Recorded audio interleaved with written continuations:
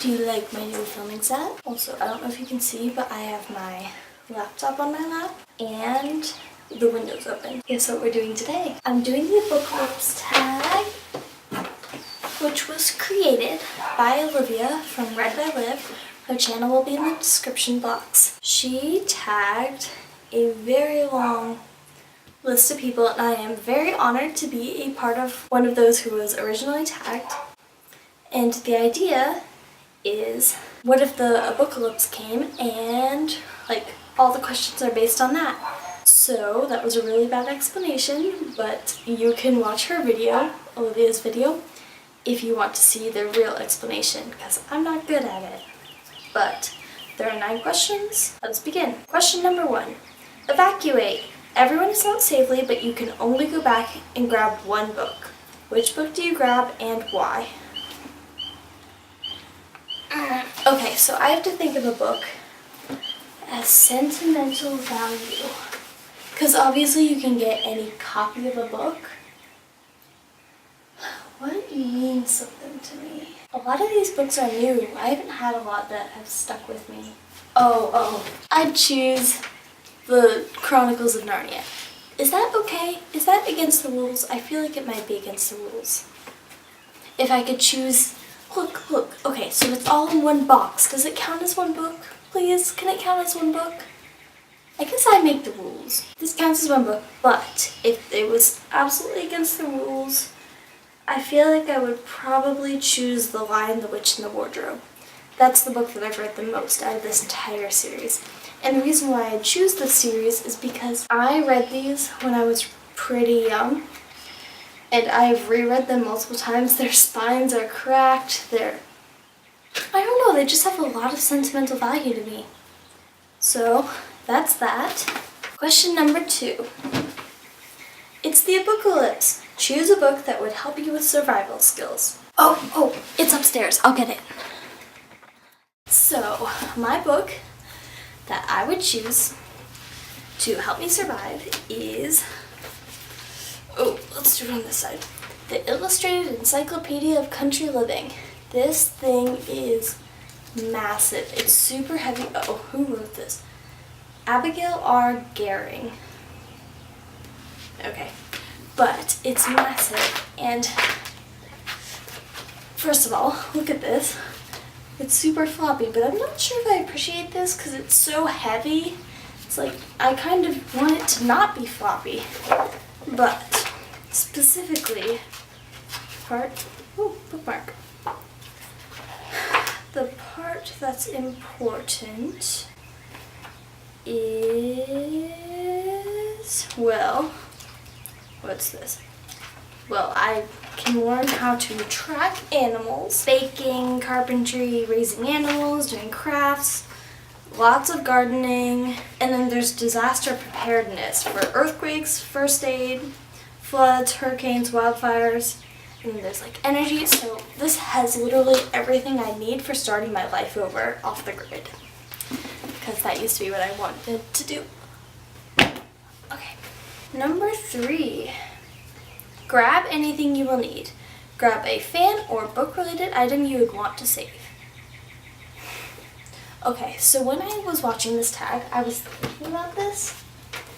I don't think I own any fan or book-related items. Literally nothing. Okay, so I'm going to change it. I'm going to choose a front cover that I would want to have as artwork in whatever new house I have. So, let's see, what book would I want? I guess since I saved the Chronicles of Narnia, I'm going to find another sentimental book. And that is The Mysterious Benedict Society by Trenton Lee Stewart. The artwork on this is really pretty. Did you know at one point I was thinking of getting rid of this dust jacket because I hated the way dust jackets looked. I'm so glad I did not, because the underside is just kind of boring. But I would absolutely hang this on my wall if I could. It's really pretty. It's kind of like a watercolor-y thing. So I would probably take that. Sorry about twisting the question so much, but there's not much I could do, so... Okay. Also, it's got a really nice feeling. I'd probably just go up to the wall and like touch it. Zombies are coming. Which books on your TBR are you dying to read? Okay, let's find them. Ready? Let's go. We're just going to use this TBR because I don't want to look through the entire thing. I always have one book that I have just like out, and that's the one that I want to read next. So this one's the one I want to read next. Everybody has been talking about it, and I'm really lucky that I was one of the first people who got it from my library. So I need to read it really fast. And then May from May Reads really recommended this book. So I really want to get to that one once I'm done with this. Number 5, We Need Fire. Which 3 books would you be willing to burn from your shelf? Yes, you have to choose. Okay. Now, a lot of these books I haven't read yet, and honestly, I'm not really that excited to read.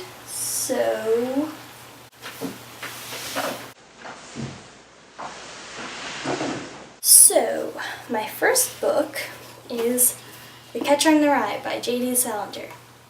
I really did not like this book. And the thing is, I have to do a project on it, and it's due at the end of spring break. And I'm dreading that project because I did not like the book. So that'll be a fun time. I really need to start that. I'll do it tomorrow. Procrastination. My next book is Hawaii's Queen Liliuokalani. And may I say, I might just burn this because it took me so long to figure out how to pronounce her name. Also, I feel like this cover would burn for quite a while, which would mean more heat, right? If we're still going on the abookalypse theme, I would choose Robert Burton's The Anatomy of Melancholy. And I don't really know anything about this book, but I chose it because it's massive. One of the longest books I have on my shelf. It's over 1,000 pages. I figured it would burn for a long time. That is a hard question. No matter how much I don't really love the books, I don't want to burn any of them. Okay. Number 6. All the stories were true. Which fictional world would you never be able to survive in? I mean, maybe Wonderland? I mean, it's a crazy place, and I'm a very logical person. I mean, if I was just plopped in the middle of Luna from the Lunar Chronicles, that would be kind of crazy. I would not be able to survive there. They'd be able to sense I was Earthen, and I'd probably die. Or the world of Ender's Game by Orson Scott Card. I don't know, it's kind of an older sci-fi, but that world's kind of crazy. I guess all 3 of those? I don't know. It's a hard question, man. Number 7, Lone Survivor. Which character would you choose to be your companion or protector during the apocalypse? Ooh, this is a good question. I don't even remember her answering this.